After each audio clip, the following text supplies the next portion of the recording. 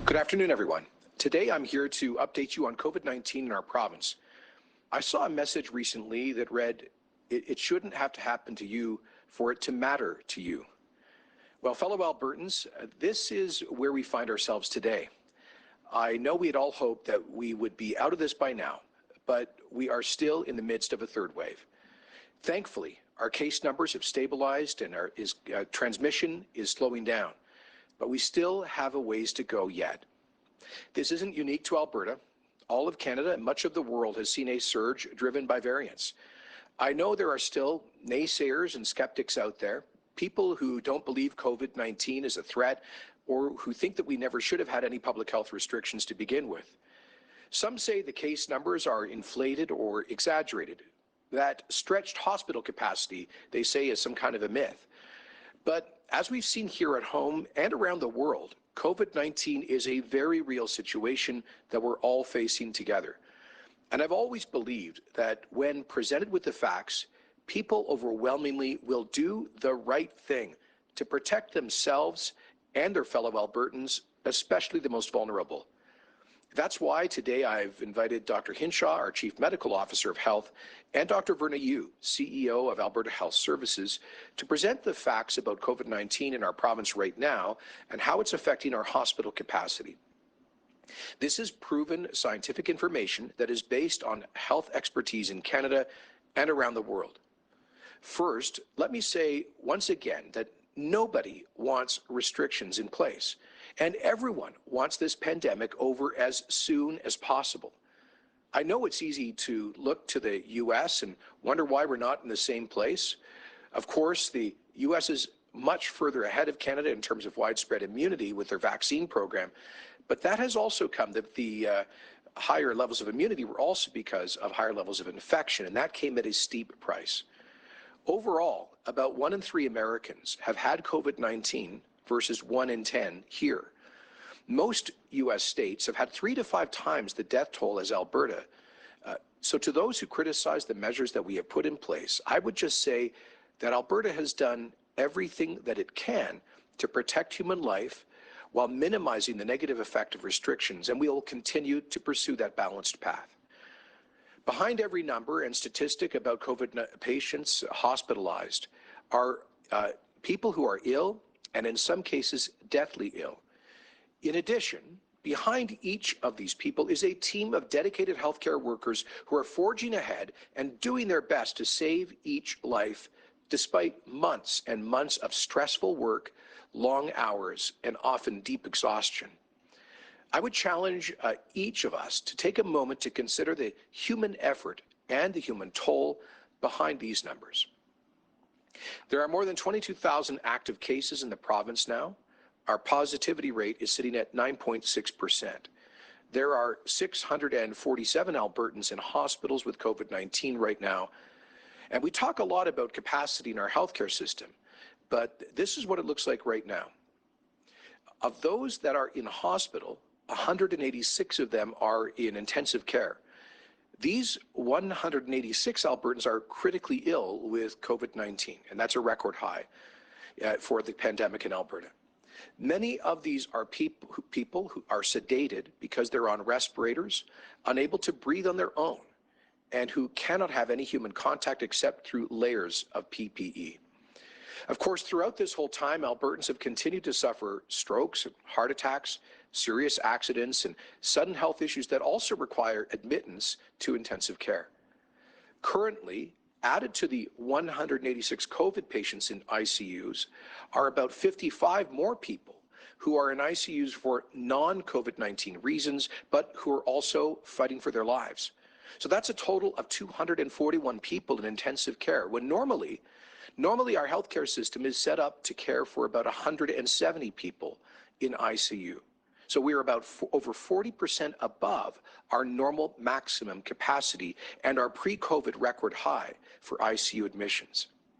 That is why we say that the measures we have introduced were necessary, and because we must protect our healthcare system.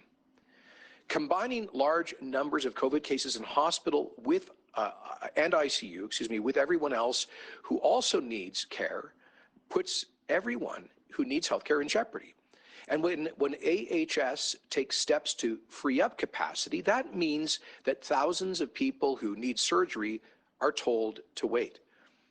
Eventually, if we did not take action, we would have to start looking at canceling even thousands more surgeries and triaging more patients. That means denying some people care, making a difficult decision on who gets ICE intensive care, for example.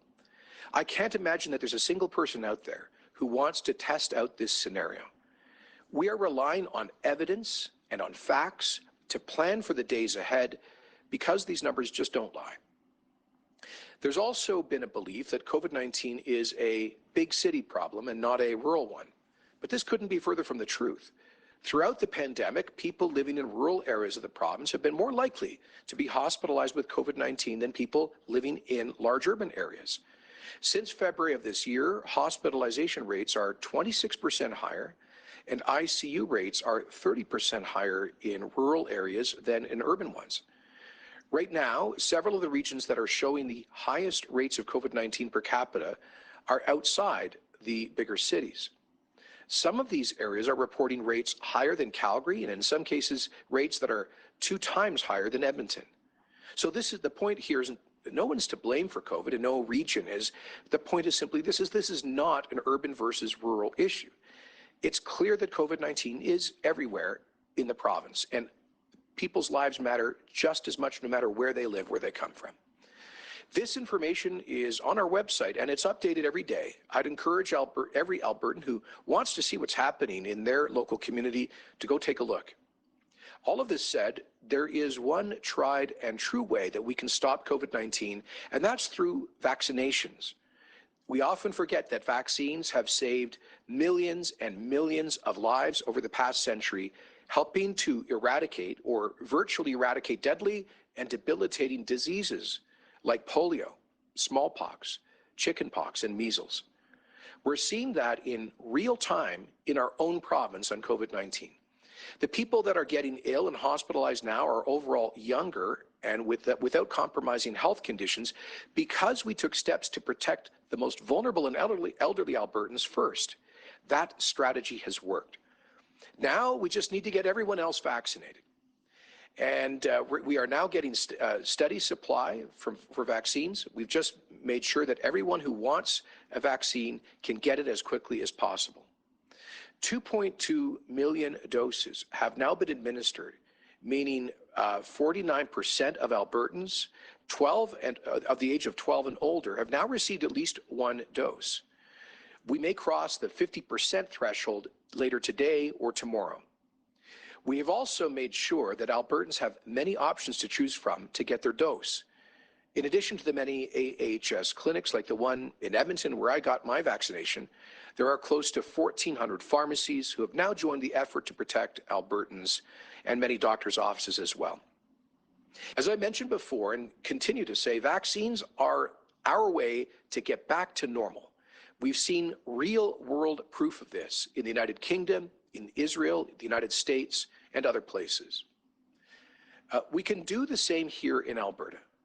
And I would ask all Albertans to join in the effort to get family, friends, and loved ones protected so that we can all get back to normal. If they don't know where or how to get their dose, help them make an appointment close to them. Keep talking about getting protected, what it means to you, and what you hope for after this pandemic. And in the interest of continuing to be as clear as possible about the current COVID-19 picture, today we are launching an online map that will break down vaccination rates by geographic area. Soon, you'll be able to look up the percentage of individuals who have received at least 1 dose, the percentage of people fully immunized, and the total doses that have been administered in your area by age group.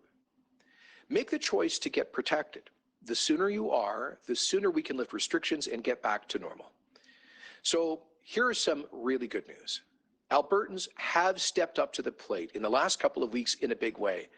Thanks to the efforts and sacrifices made by millions of Albertans, we now see case numbers coming down quickly in almost all parts of the province. We do expect to see hospitalizations peak in the next week or two because of the time lag effect between infection and hospitalization. But with declining COVID numbers, we can look forward to easing restrictions in the fairly near future. We are working on a clear path to reopen Alberta this summer, tied in part to the rate of vaccination as well as to hospitalizations. It'll be a careful plan that will get us to a great Alberta summer as long as Albertans continue the huge momentum to get vaccinated. Last week, the Calgary Stampede announced that they plan to host a scaled-back Stampede this year. That's great news. But how big a Stampede it will be, how many of us can visit and celebrate the greatest outdoor show on earth, all of that depends on how many of us stick it to COVID by getting a vaccine. So please do your part by following the public health measures for just a little while longer and getting vaccinated as soon as you can so that all of us can get back to normal and enjoy a truly great Alberta summer. Until then, stay safe, keep abiding by those measures, as I said, until we get through the other side together. Thank you, and now I'll invite Drs. Hinshaw and Yiu to provide their remarks. Good afternoon. I would like to start by sharing my condolences with everyone who's lost a family member or loved one during COVID-19 over the past 15 months. These are our friends, our families, and our loved ones. As an Albertan and as a healthcare worker, my heart goes out to everyone impacted by this pandemic. I'd also like to take this moment to thank everybody who's been working in the healthcare system.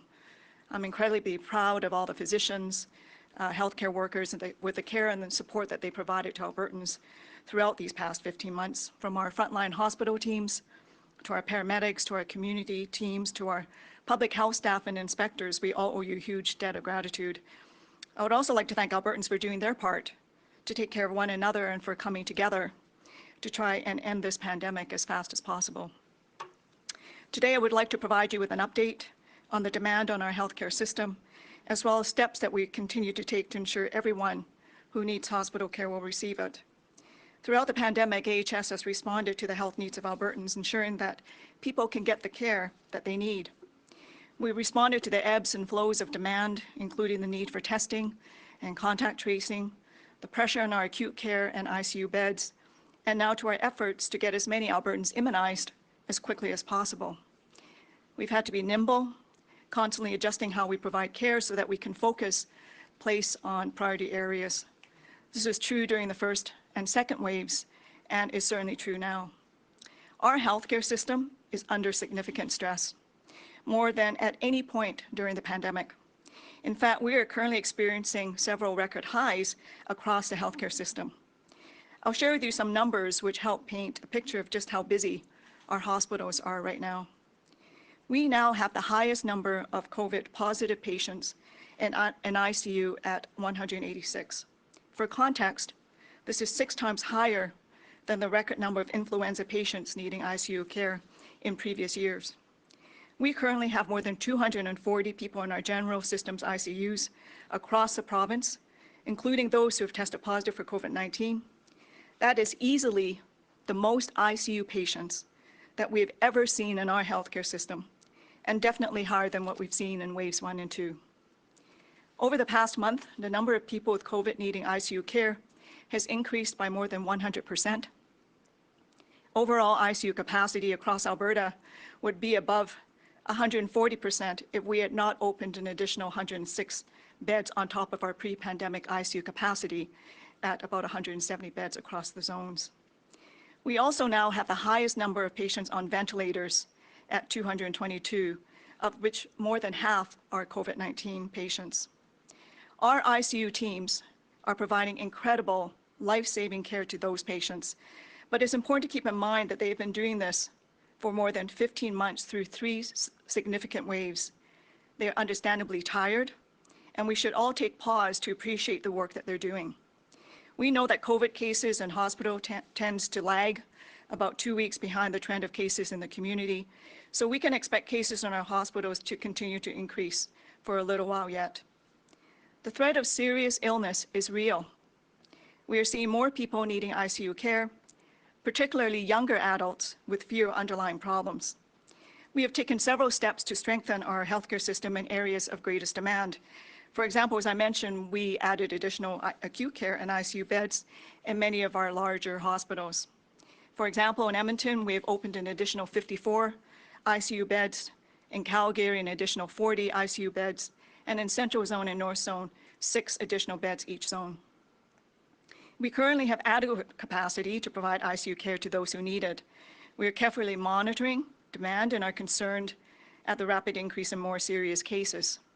We do have the capacity to increase to a total of 425 ICU beds provincially by opening additional unstaffed beds, by repurposing other clinical areas such as isolation rooms or operating recovery rooms to act as ICUs. This is similar to what we did in first and second waves and is something we hope that we do not need to use. Our biggest current challenge, though, is staffing these additional spaces.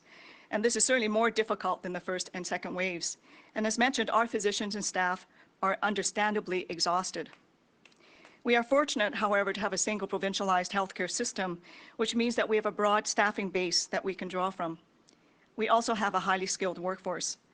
For us to be able to redeploy staff to ICU, we've had to reduce our scheduled surgical activity in some communities by up to 30%. This has a significant impact on those Albertans who are waiting for non-urgent scheduled surgery, and we're continuing to do our best to complete as many procedures as possible. And we are continuing to do urgent, emergent, and cancer surgeries.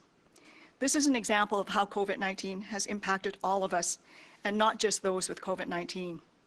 Another benefit of our provincialized healthcare system is that we're able to balance pressure and demand across all of our zones. For example, as a result of the very high case rates in Fort McMurray and in other North Zone communities, some North Zone patients are now being cared for in Edmonton hospitals. Since May the 9th, 14 patients requiring ICU cases have been transferred from the North Zone to Edmonton hospitals due to capacity pressures. This includes 5 transfers from Fort McMurray, 3 from Lac La Biche, 3 from Cold Lake, and 3 from the communities of Grand Prairie, Edson, and St. Paul. 12 of the 14 patients were COVID-19 positive. All of the 14 transfers were related to hospital capacity pressures due to the COVID-19 pandemic response. This is not unusual, though, but has been exacerbated by COVID-19. For context, in February and March, when COVID-19 case numbers were relatively low, an average of 3 ICU patients a week were transferred from the North Zone to Edmonton. And while patient transfers are safe and always based on clinical need, they have an obvious impact on those patients and their loved ones. Every effort is made to ensure that patients are supported if they need to be transported to a different facility. In addition to increasing beds, reducing surgeries, and transferring patients, we have contingency measures in place to add capacity should we need it. Pandemic response units, such as the Butterdome site in Edmonton, have been created to support additional inpatient capacity if required. As well as the Butterdome site and the Sprung structure at the Peter Lougheed Hospital in Calgary, we are constructing pandemic response units in shelved space at the K Edmonton Clinic in Edmonton and at the South Health Campus in Calgary. These care spaces are going to be kept in reserve as part of our responsible contingency planning, and they are currently not needed, but they are a good example of how we have been able to respond in unique ways to demand caused by the pandemic. This work is part of our ongoing proactive pandemic response planning and is one of the several initiatives that will ensure that our healthcare system can meet increased demand caused by COVID-19. We hope to never have to use these units. If we can stop the spike, reduce the number of positive cases in the community, and in turn reduce the number of patients needing hospital care, these units will never be needed. Of course, one significant weapon that we have to fight COVID to help reduce the pressure on the hospital systems are vaccinations. We have seen how vaccinations have played a huge role in protecting our seniors, and now we're looking forward to seeing a similar trend with the general population. I'm heartened to see so many Albertans say yes to the COVID-19 vaccines. So thank you to all Albertans for playing a part in protecting themselves, their friends, and their loved ones. I'm also extremely proud of our AHS teams involved in the provincial vaccination rollout. They have helped Albertans with grace and kindness, helping to build a wall of defense against this illness. So thank you for the opportunity to share this update, and I hope that all Albertans stay well and stay safe. Thank you, Dr. Yiu, and good afternoon, everyone. Before I begin, I want to provide an update on an adjustment to our COVID-19 protocols currently in place. Based on feedback and discussion of relative risks of different activities, we will be amending current restrictions to allow drive-in events to take place, effective today. Anyone attending these events must attend only with members of their household in the same vehicle or 2 close contacts for those who live alone. Turning to my update, we will be posting our usual daily numbers online later this afternoon. While I usually share high-level figures and we post detailed data online, I know it can sometimes be hard to put all the pieces together. We're all suffering from information overload, and after 14 months, there is a lot of misinformation circulating out there. Today, I want to look at what the data says about some common myths around COVID-19. It will be a little numbers heavy, but sometimes the details matter. Though I don't often use slides, I will be using them today to help illustrate the information. One question I often get is whether COVID-19 is only spreading in urban areas, and if it's true that you're at lower risk if you live outside a major city. In fact, 12 of the 15 areas with the highest active case rates are not large cities. Most of the areas with the highest active case rates are in rural locations. As we see in this slide, COVID-19 remains a threat to the entire province. Right now, there are 66 areas with an active case rate of 300 per 100,000 or more. About half of those areas have an active case rate of 500 per 100,000 or greater. Some of these areas, such as Lac La Biche County, Chestermere, Airdrie, Lacombe, and Whitecourt, are reporting rates higher than Calgary. In some, rates are double those in Edmonton. Now, I know people will say that's because the population size is smaller, which is true, but using rates actually is the best way to compare transmission risks in different places in an apples-to-apples kind of way. The bottom line is that right now, you are at a higher risk of being exposed to COVID-19 in many rural parts of our province than if you were living in a big city. The second myth is that this is somehow new and that people in rural areas have traditionally not been at risk. While it is correct that some areas have had lower case rates at the beginning of the pandemic, that has clearly changed. Also, case rates are not the only factor to consider. It is also important to look at the rates of severe outcomes, like hospitalizations, if people get sick. As the Premier noted, our data shows that over the course of the pandemic, people living in rural areas have been more likely to be hospitalized with COVID-19 compared to people living in urban areas. Since the beginning of May, the North and Central zones have had higher hospitalization rates per capita compared to any other region of the province. The North Zone in particular has had hospitalization rates more than double those of Edmonton, Calgary, or South Zones. Among cases diagnosed since February 2021, the case to hospitalization ratio is 26% higher for rural areas of Alberta than for urban ones. This means if they contract COVID-19, people living in rural Alberta are 26% more likely to end up in hospital compared to those living in an urban location. Similarly, the case to ICU ratio is 30% higher. Out of the 647 hospitalizations reported yesterday, 225 of them live in rural areas, which is 19% higher than would be expected based on population alone. Similarly, there are 66 patients with COVID-19 in ICU right now who don't live in one of the major urban centers. This is 22% higher than we would expect based on their share of the population alone. None of this is to stigmatize rural Albertans or to suggest that any one part of our province is to blame. This is not an urban versus rural issue. It is clear that COVID-19 is spreading and having an impact everywhere in our province. This virus doesn't care where we live or what we believe. Anyone and everyone is a potential target for infection.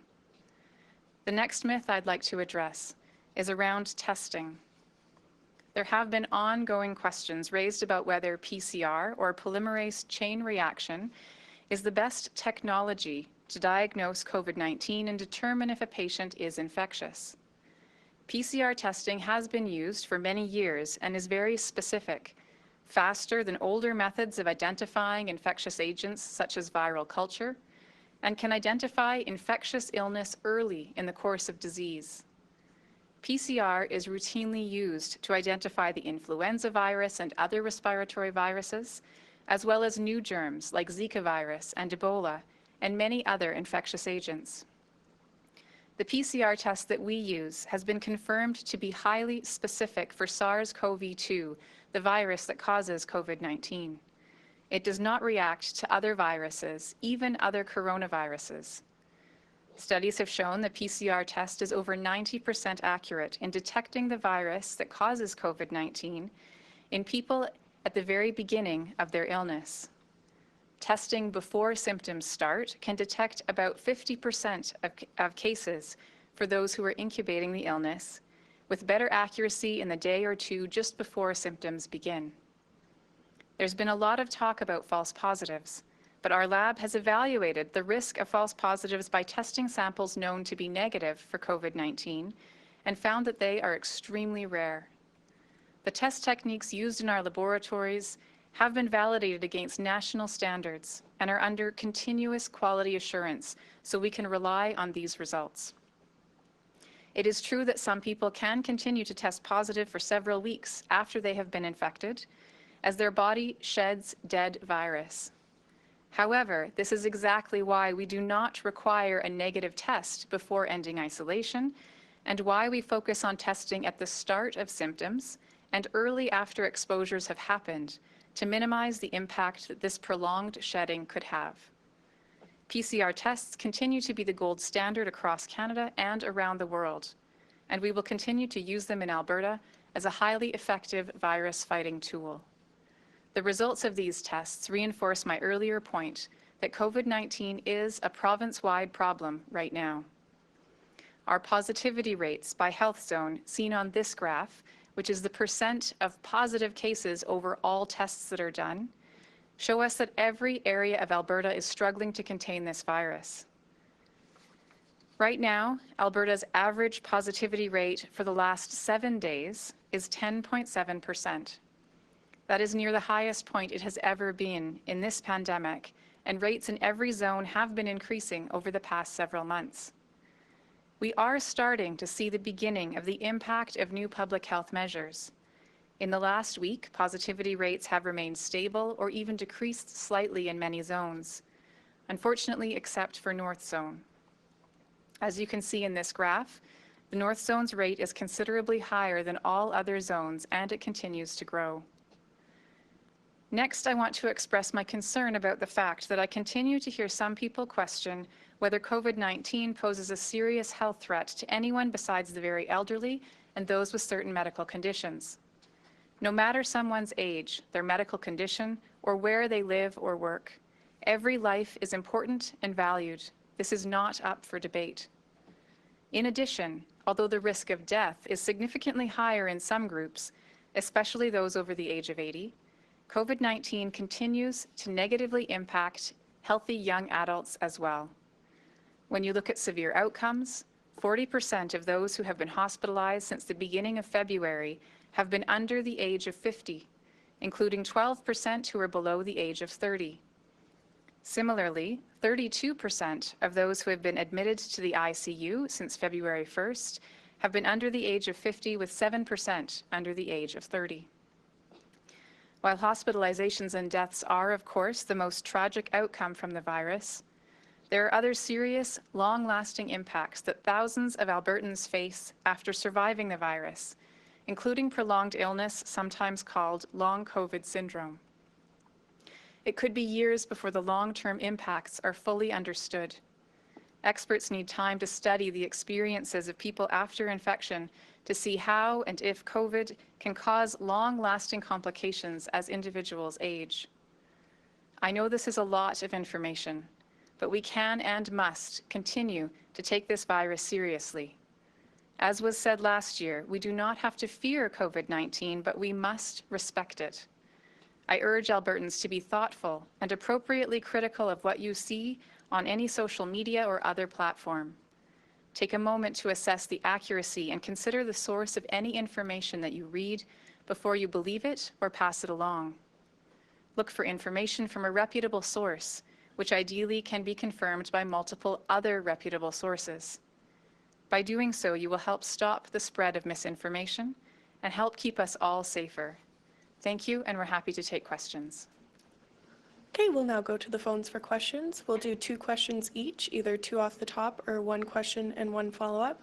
Operator, can you please put through our first caller? Our first question is from Jackie Wilson with Global. Go ahead, Jackie. Good afternoon. This one can be for the Premier or for Dr. Hinshaw. There are outbreaks in over 80 childcare facilities and preschools across Alberta right now, with 15 more added to the provincial outbreak list on Friday. So why is this spike happening, and what is being done to stop it? I'll refer that to Dr. Hinshaw. Thank you for the question. We are watching the numbers of cases in those childcare facilities. It's important to remember that we are very proactive when it comes to outbreaks in certain locations, childcare facilities, long-term care centers, schools, and acute care centers. They receive a significant focus because of the importance of protecting those in those particular facilities and making sure that transmission is stopped.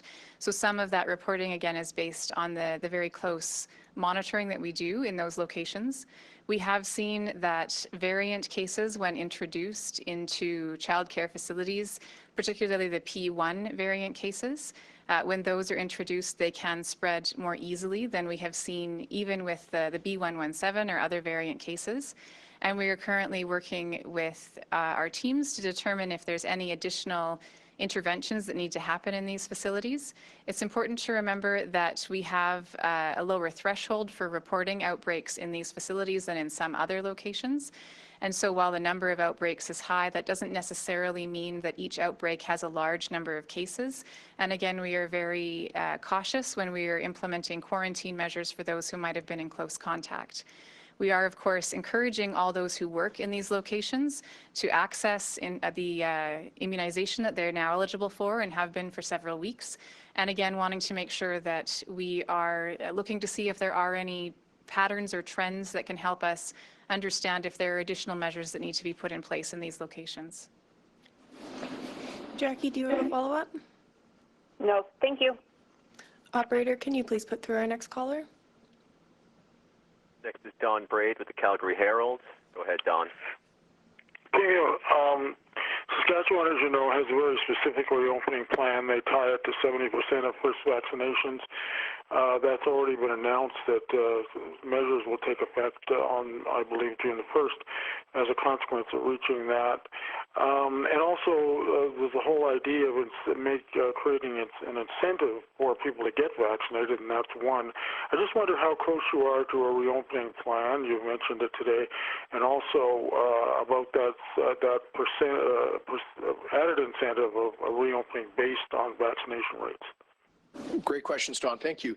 The answer is we are very close to releasing our plan. We'll be discussing it later this week at our Emergency Management Cabinet Committee and then again early next week. So I would say stay tuned for the near future for us to outline a similar plan. One thing that's significantly different is that this third spike has hit Alberta much harder than Saskatchewan.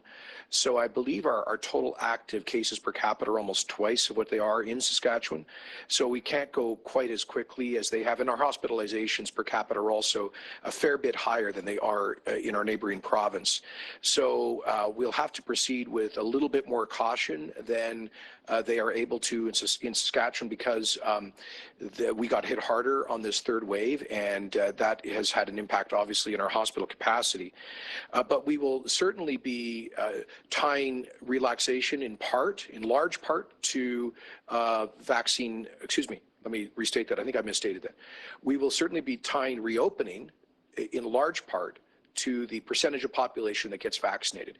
We'll also be looking at hospitalizations at least early in the reopening phase, in the reopening plan.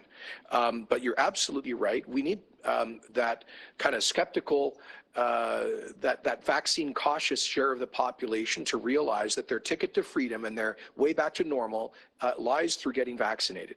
The good news is this: I think we're going to hit 50% of the eligible population with at least a first dose today or tomorrow.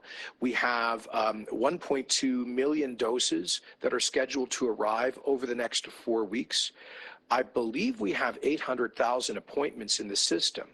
So the numbers are moving fast, and we should be getting into some very high numbers in terms of share of the population vaccinated next month.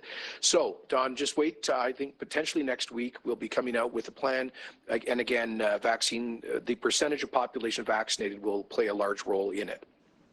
Do you have a follow-up, Don? Yes, your heavy emphasis today on rural-urban, and noting that rural infections are actually more serious. I can't help tying that slightly to what happened last week with your very own caucus, where a lot of people from rural Alberta in your caucus seem to be much more skeptical and maybe not even aware of these figures. Why have you done that specifically today, and does it have any link to your concerns about, let's say, UCP politics in rural Alberta? No, this is not about politics, Don. This is about transparency and public information. We've heard from a number of municipal councils, mayors, reeves, and councillors in rural Alberta the view that their communities are being somehow penalized for the pandemic that is, they claim largely a urban issue. And so we're trying to make sure that people are informed. We're trying to protect all Albertans while also minimizing the negative impact of restrictions wherever they live. We have taken a regional approach, as you know. Those areas, those local geographic areas with very low levels of transmission have not been affected by the most recent round of public health restrictions. But our message here is simply this, that COVID is everywhere. We all have to be careful. And as far as I'm concerned, doesn't matter where you live, your life is invaluable, and we must take reasonable measures to protect lives wherever people happen to live. So it's just important. I think we've seen a growing kind of commentary coming from some folks in rural Alberta who've believed that measures are inappropriate for their areas. And our point is simply that if you look at the map that Dr. Hinshaw showed you, it's actually many of those areas that are creating disproportionate challenge and pressure on the healthcare system. In fact, in Edmonton, we have far more people with COVID in hospitals and ICU in Edmonton than we do in Calgary, even though Edmonton has much lower case numbers. And the reason for that is, as Dr. Yiu said, so many folks from the north zone and smaller communities that have had to be transferred into Edmonton because they ran out of capacity in their local hospitals. We just want people to be aware of that. Operator, can you please put through our next caller? Next is James Keller with the Globe and Mail. Go ahead, James. Hi there, this is a question for the Premier. You said in a radio interview last week that you hadn't learned the vote breakdown when caucus decided the fate of those 2 MLAs who were expelled. Do you know the vote results now, and how did you vote? So, James, the answer is that no, I don't know the breakdown. The meeting was chaired by Nick Milliken, who MLA for Calgary Varsity, who is the Assistant Deputy Speaker of the Legislature, very good with procedure, and is a lawyer. And he conducted the vote. He confirmed every member's vote with them directly and confidentially. And did not share that information with anybody, myself included, nor anybody on my staff. And my vote was a secret vote. It's a matter of caucus confidentiality. That was one of the issues that has raised concerns internally, so I'm not going to breach that confidentiality. James, do you have a follow-up? Yeah, there's 15 other MLAs who signed that letter last week. One of them, Dave Hansen, said he applauded Todd Lowen's decision to step down as caucus chair and call for your resignation, and he applauded his courage. So, what is the buy-in in your caucus right now for, a set of policies that you've just outlined today in, really stark life and death terms? And why shouldn't Well, we I be truly down believe that the for it? vast majority of our caucus understands the gravity of the situation with this pandemic and the need to take serious action to protect lives. I think our caucus is broadly united on that. I think some people have wanted a more regionalized approach. They've given expression to that, and in fact, that's reflected in policy. As I've said, with areas with very low levels of transmission not having been impacted by the most recent round of public health restrictions. From the beginning, James, I've been clear that there is in our society about the best way to respond to the pandemic, and that debate exists in the government caucus. Unsurprisingly, I've always welcomed expression of views, but they have to be articulated in a responsible way. And at the end of the day, we are a team. There has to be respect for that team. There has to be a minimal level of caucus solidarity and mutual loyalty. And I think that was behind the decision that was made last week. Operator, can you please put through our next caller? Next is Bill Fortier with CTV News. Go ahead, Bill. Pardon me, the question is for Dr. Hinshaw. Premier Kenney may also want to comment, though. And there were a lot of numbers there, so forgive me if you sort of touched on this. But I understand what I heard was that rural Albertans right now are 26% more likely to be hospitalized, and that info is coming soon in terms of maps or whatever on immunization. The question is, are you seeing right now a tie to things looking worse as far as case numbers in rural areas and a lack of uptake on vaccines? Like, are the vaccine rates lower in rural areas than they are in the cities right now? So one thing I want to make clear is that the difference in severe outcomes is from all data starting in February, where there were, unfortunately, again, just given where we were in our rollout, we didn't necessarily have a significant amount of vaccine at that point. So it would not be expected that that difference would have been due to vaccines in the earlier part of the data that I referenced. So the impact, again, of that rural-urban difference in severity is unlikely to be entirely caused by vaccines. We do see some difference in rural-urban uptake, but again, that's not universal. There are some rural areas that have very high coverage, and we are looking right now at the specific geographic coverage levels in order to determine how best to make sure that everyone across the province has good access to vaccine, and whether or not in some particular areas where there are lower rates, whether we need to focus a bit of additional attention there. And again, that's not uniquely in rural areas. It really depends on the characteristics of those specific locations. Do you have a follow-up, Bill? Yeah, just a quick follow-up. Sorry to interrupt there. Yeah, if you look at we've done a breakdown based on local geographic area and the take up on the vaccine program, and it's pretty spotty. You'll see that there are some pockets in urban which are a fair bit below the average level of vaccination, and there's some spots in rural that are. And as Dr. Hinshaw says, we're trying to figure out what lies behind that. How can we help those folks get the information they need, or perhaps just make it more convenient to get the vaccines? Thanks, Premier. Bill, your follow-up? Just a quick one. Can you specifically tell me right now, of eligible people, is the North Zone rate lower than, say, Calgary, Edmonton, Central? Is North Zone, are fewer people who are eligible getting the vaccine in the North Zone? I believe that is the case. I haven't looked at the data for the last week, but that was the case a week ago when I last saw it. And if I could just ask our folks to get the most recent data to you so you can actually see the numbers on that. Operator, can you please put through our next caller? Next is Aaron Collins. Actually, I'm sorry, it appears Aaron has left the queue. Our next is Robert Tuttle with Bloomberg News. Go ahead, Robert. Yes, hi, this is for Dr. Hinshaw and the Premier. As you've mentioned, in the North Zone, especially in Fort McMurray, Lac La Biche, and Wood Buffalo, the cases are not just going down but going higher. I'm wondering to what extent the turnarounds in the oil sands are contributing to this, and whether companies should perhaps make other plans or delay this work that they're doing right now. Well, I'll take the first stab at that and then refer to Dr. Hinshaw. I know a number of the oil sands operators did delay their planned spring turnaround. I know that, for example, Suncor has postponed most of their turnaround activity from March until June. To quote Mark Little, he told me that they were making a multi-million-dollar bet on that working out. And that is to say that the vaccine coverage will make it much safer and easier to operate in June. I think that was a prudent call on the part of that company. So I think other companies have made some rescheduling of their turnaround efforts.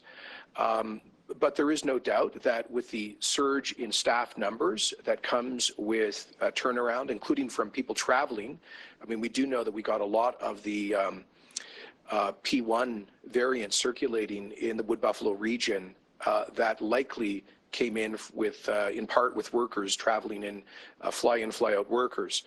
And so that has had some kind of an impact. But I do know that Alberta Health Services have been working very closely with the oil sands operators and with the camp operators to do everything possible, including rolling out rapid testing there. We are going to be helping them with on-site vaccination programs, but also in ensuring that there's rigid compliance with the public health restrictions. So there's been a lot of cooperation. And Dr. Hinshaw, would you like to add anything to that? Just to echo the hard work being done at the municipality level, at the level of all of those oil camps, the First Nations and Métis communities in the area, as well as Alberta Health Services to turn things around. A lot of different interventions are underway. I would say that the last data that I saw about the cases in Fort McMurray in particular, it was the vast minority that had links directly to oil sands or to those work camps. So there were some, but it did not constitute the majority of cases in that location. So again, I think it's a multitude of different causes. And again, I know that there's a lot of work being done on the ground to turn things around. And I just want to commend all those who are involved in that work. And if I could just offer a little statistical precision here, courtesy of Vince, the reporter at the Fort McMurray Today newspaper. When we report numbers for the Fort McMurray Wood Buffalo local geographic area, it doesn't actually include most of the oil field camps, most of the oil sands camps, because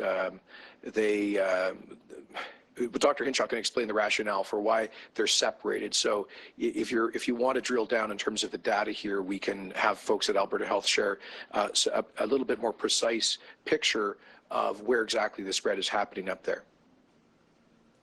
And do you have a follow-up, Robert?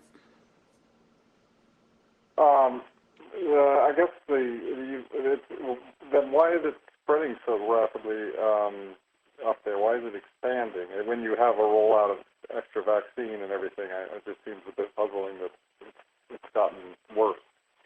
Well, it's true that we did accelerate the vaccine supply for the region and lower the age eligibility threshold significantly versus the rest of the province. But that really started about 3 weeks ago. And as you know, these vaccines take a couple of weeks to show their full effectiveness. And I don't think they're anywhere close to what we would call herd immunity in the region yet. But doctor, do you have any other hypotheses to answer that question?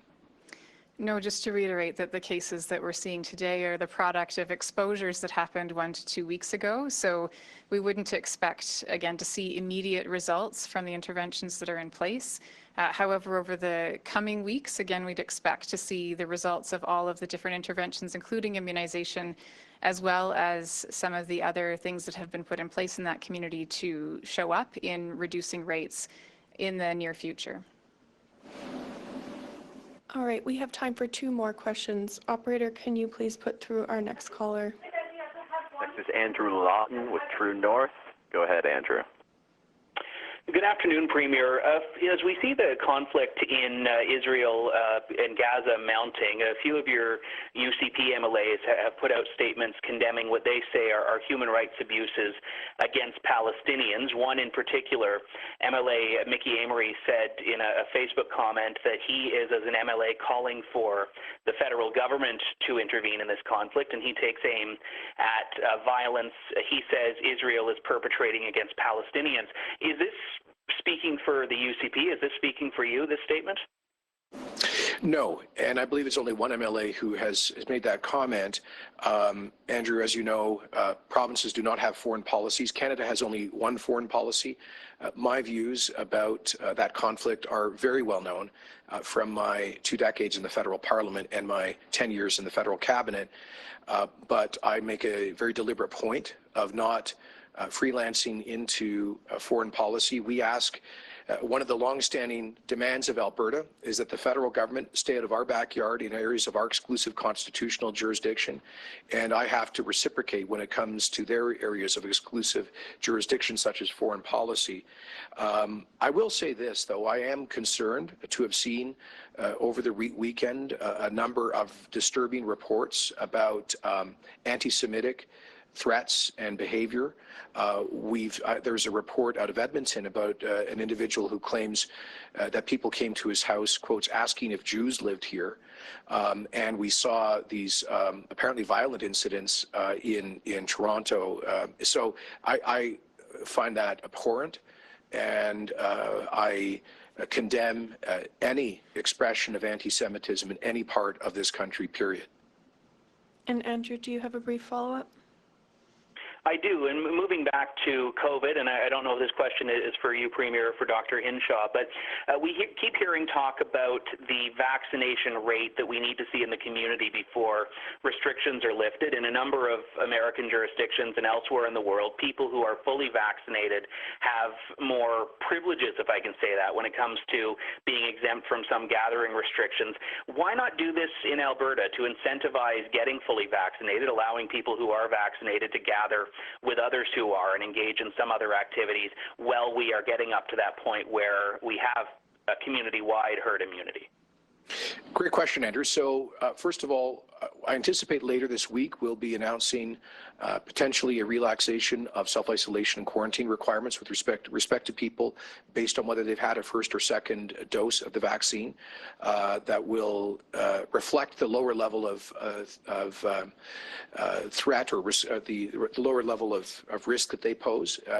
And secondly, in terms of the broader population, I'll refer that to Dr. Hinshaw. I'll just say this. Our overall vaccine numbers are now moving so quickly that I think it'd be a lot simpler for us to focus just on overall population immunity. We are cresting past 50% of eligible Albertans being immunized today, tomorrow, and we have 800,000 appointments booked. So we should be at some point in June pushing 70% of the eligible population vaccinated. That's our hope. And if so, that bodes very well for a broad reopening later this summer. And I, in the meantime, if we were to tie specific public health measures to whether you've been vaccinated, like, let's say, wearing a mask, then what happens? Then do employers have to go around and validate whether or not the people who are not wearing masks have been vaccinated? Did they get their first dose? When was it? It creates a huge amount of administrative and enforcement complexity and probably friction and unforeseen problems that we'd rather not get into. We'd rather just focus everybody, team effort, we're all in it together. Everybody who can, please get vaccinated. And if we do that, we think within a matter of weeks, we'll be able substantially to remove public health restrictions. Dr. Hinshaw, would you like to comment? I would just add that if we were to create different rules for people who were vaccinated and those who were not, It would require the production of some kind of proof of immunity or disclosure of personal health information for the purposes of that activity. And there's been a very clear direction set in this province that that kind of disclosure of personal health information will not be required of Albertans. So again, that policy shift to look at allowing more activity when people are fully vaccinated is going to be something we do as a population and not as individuals, again, because that's only possible with some kind of objective proof to change our current public health orders, and that is not going to be happening in the province. Operator, can you please put through our final caller? Final question is Audrey Neveu with Radio Canada. Go ahead, Audrey. Hi, Premier. Thank you for taking my questions. If you could answer in English and in French as usual, that would be very appreciated. My first question is, I would like to know, can you confirm if the legislature will resume next week as previously mentioned? Yes, the legislature will resume on Tuesday following the Victoria Day long weekend. Oui, l'Assemblée de la législature de l'Alberta va résumer ses travaux le mardi prochain, mais les comités de l'Assemblée continuent de faire le travail actuellement. And a follow-up, Audrey?